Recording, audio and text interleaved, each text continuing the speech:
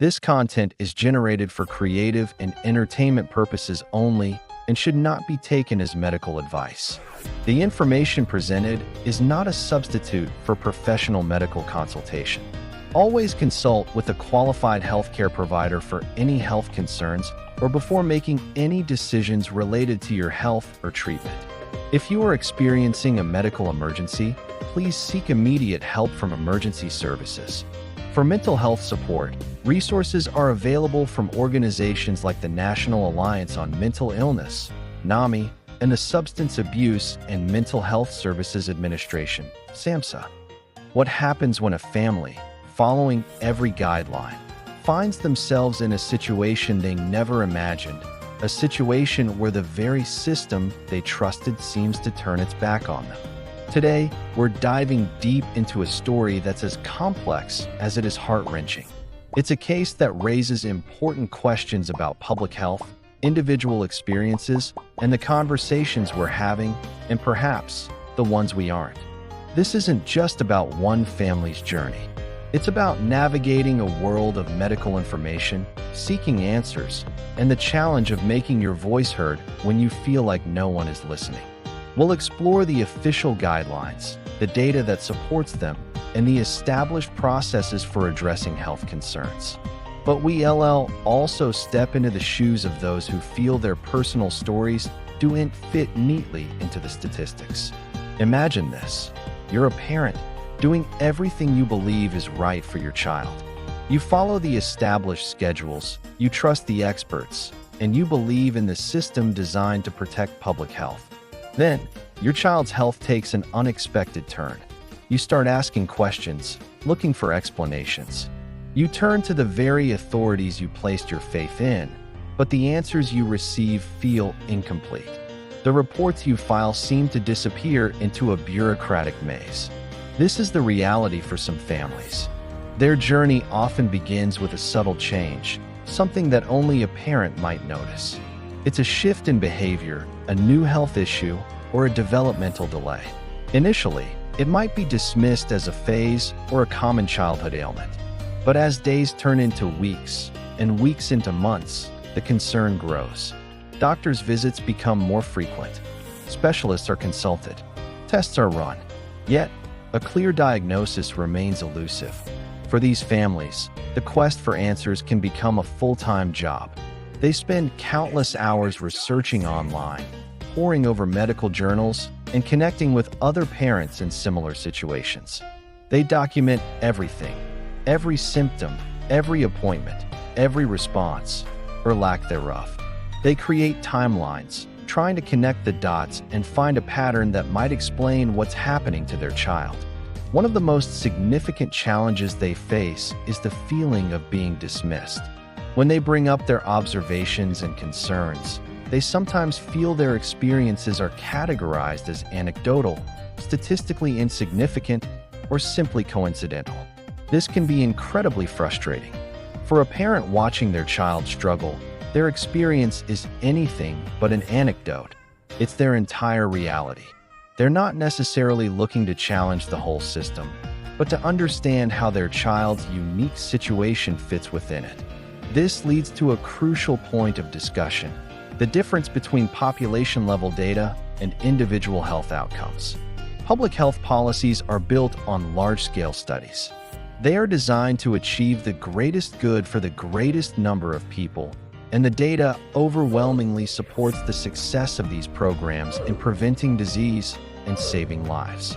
This is a cornerstone of modern medicine, and its importance cannot be overstated. However, medicine is also deeply personal.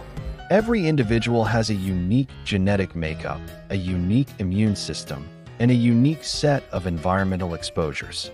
What works perfectly for 99.9% of the population might lead to a different outcome for a small minority. This is where the system can feel rigid. When a family believes their child is that rare exception, they need a pathway for their concerns to be heard, investigated, and addressed with compassion and scientific rigor. The existing channels for reporting adverse events are a critical part of this process. These systems are designed to collect data that can signal potential issues not identified in initial clinical trials. But what happens when the data collected doesn't lead to a clear conclusion, or when the reported symptoms are complex and multifaceted? This is the gray area where many of these families find themselves. They've followed the procedure, they've filed the reports, but they're left waiting for a response that provides clarity or a path forward. The emotional toll of this journey is immense. Parents often feel isolated, misunderstood, and even blamed. They navigate a storm of emotions, from fear and confusion to anger and determination. They have to become their child's fiercest advocate, learning to speak the language of medicine and law just to be heard. This advocacy is born out of love, a powerful force that drives them to leave no stone unturned. It's also important to recognize the position of healthcare professionals and public health officials. They operate within a framework of evidence-based medicine and established protocols. Their recommendations are based on decades of research and a consensus within the global scientific community. They are committed to public safety and are often managing immense workloads. The challenge lies in bridging the gap between broad public health directives and the specific, urgent needs of an individual patient. How can the system become more responsive to those who fall through the cracks? One potential path forward is fostering a more open and collaborative dialogue. This means creating spaces where parents can share their stories without fear of judgment, and where healthcare providers feel empowered to listen and investigate, even when the symptoms don't fit a textbook definition. It means valuing lived experience alongside statistical data, using both to paint a more complete picture of health. It also involves a commitment to ongoing research. Science is not static. It evolves as we learn more. By studying these complex cases with an open mind, we can deepen our understanding of immunology, genetics, and the myriad factors that influence a child's development. This research can help refine protocols, identify potential risk factors, and ultimately, improve health outcomes for everyone. These stories are not about assigning blame. They are about seeking understanding. They are about advocating for a healthcare system that is not only effective on a mass scale, but also compassionate and responsive to the individual. Every child's health matters. Every parent's concern deserves to be taken seriously. The goal is a shared one: to ensure every child has the opportunity to live their healthiest, happiest life.